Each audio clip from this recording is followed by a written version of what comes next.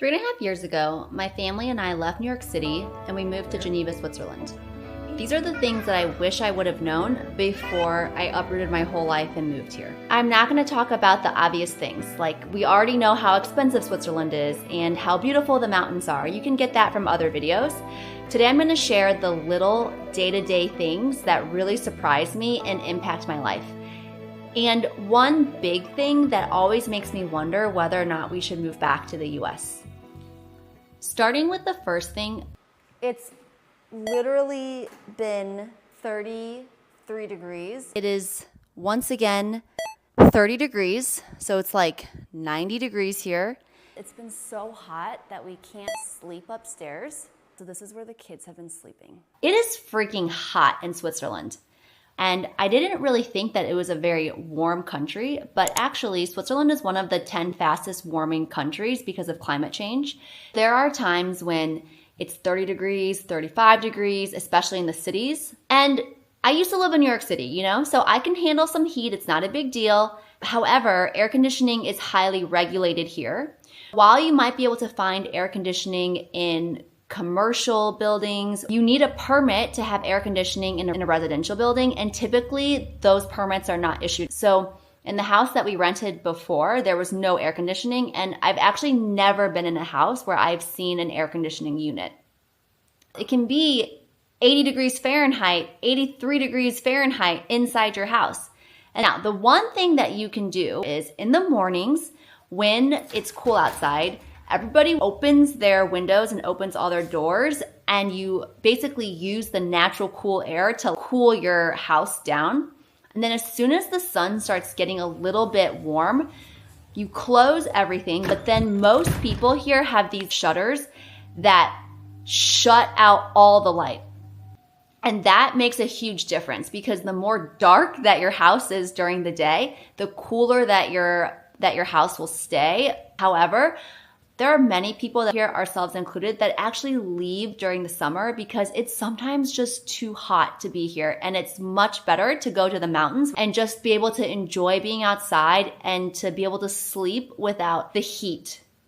Another thing that I've really had to get used to is how hard it is to buy stuff here. And again, I'm coming from America. I'm coming from like the consumer capital of the world. So first of all, there is no Amazon here. The closest thing to Amazon is Galaxis, which has a pretty decent selection of stuff. Free shipping does not really exist. You usually have to order over a certain price limit before you're eligible for free shipping. If you really, really, really want something from Amazon, you usually have to get it from Amazon Germany or Amazon France. We typically use Amazon Germany, and that just means that certain perks like Amazon Prime, you're not eligible for those type of perks here.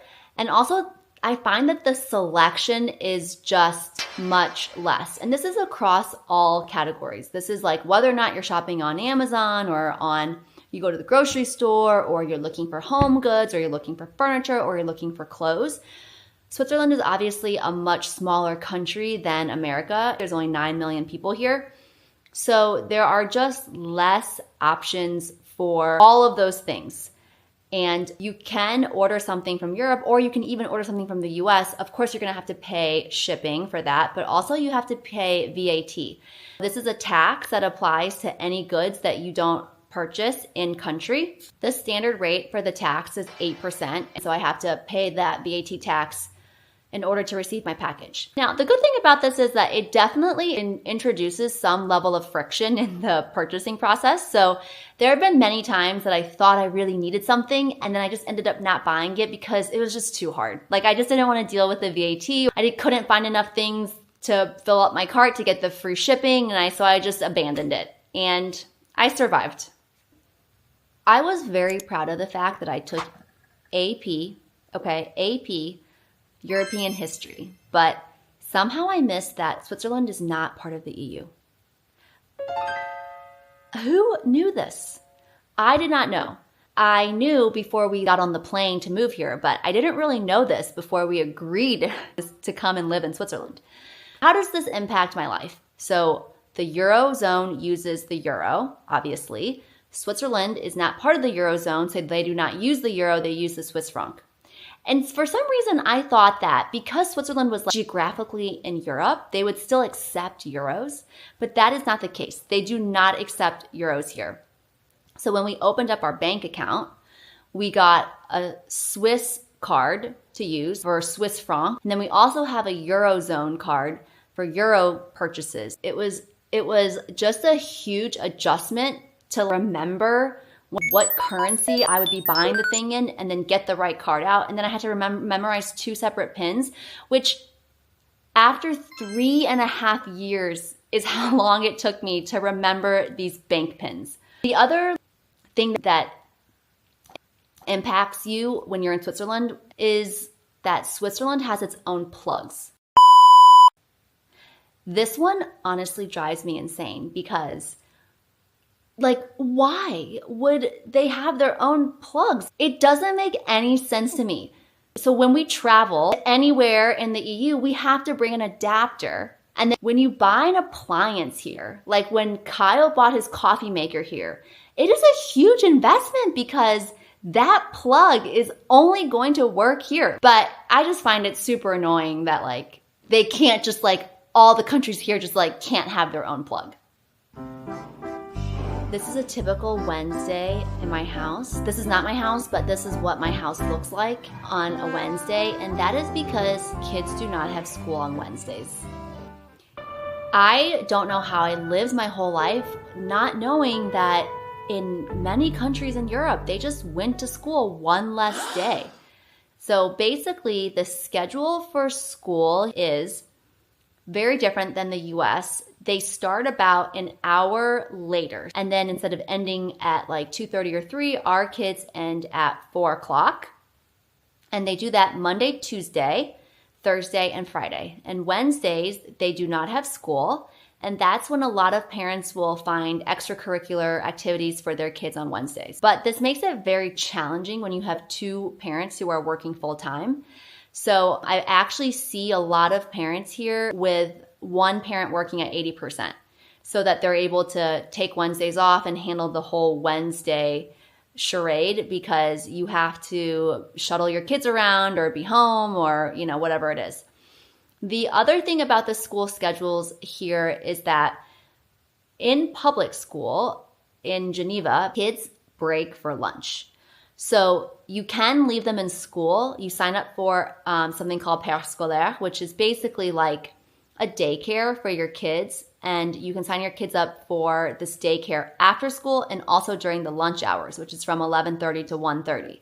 Or your child has the option to come home and eat lunch with you.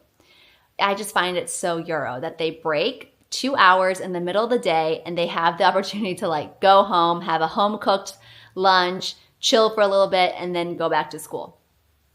The last thing about the school schedule is they follow more of a continuous schedule. Here, they go to school for 6 weeks usually, and then they have a 1-week break, and then they go to school for another 6 weeks, and then there's a 2-week break, and then 6 weeks, and then there's a 1-week break, and then 6 weeks, and then there's a 2-week break.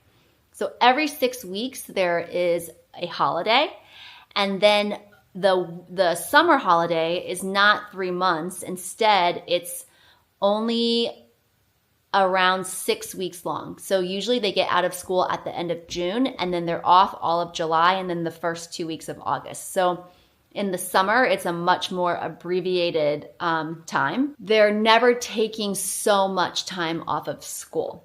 That I find works pretty well because they never really get so out of school mode.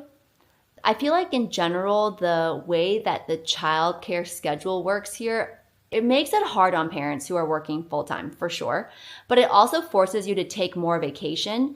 With all of these breaks during the school year and with the summertime, it definitely, you definitely used it.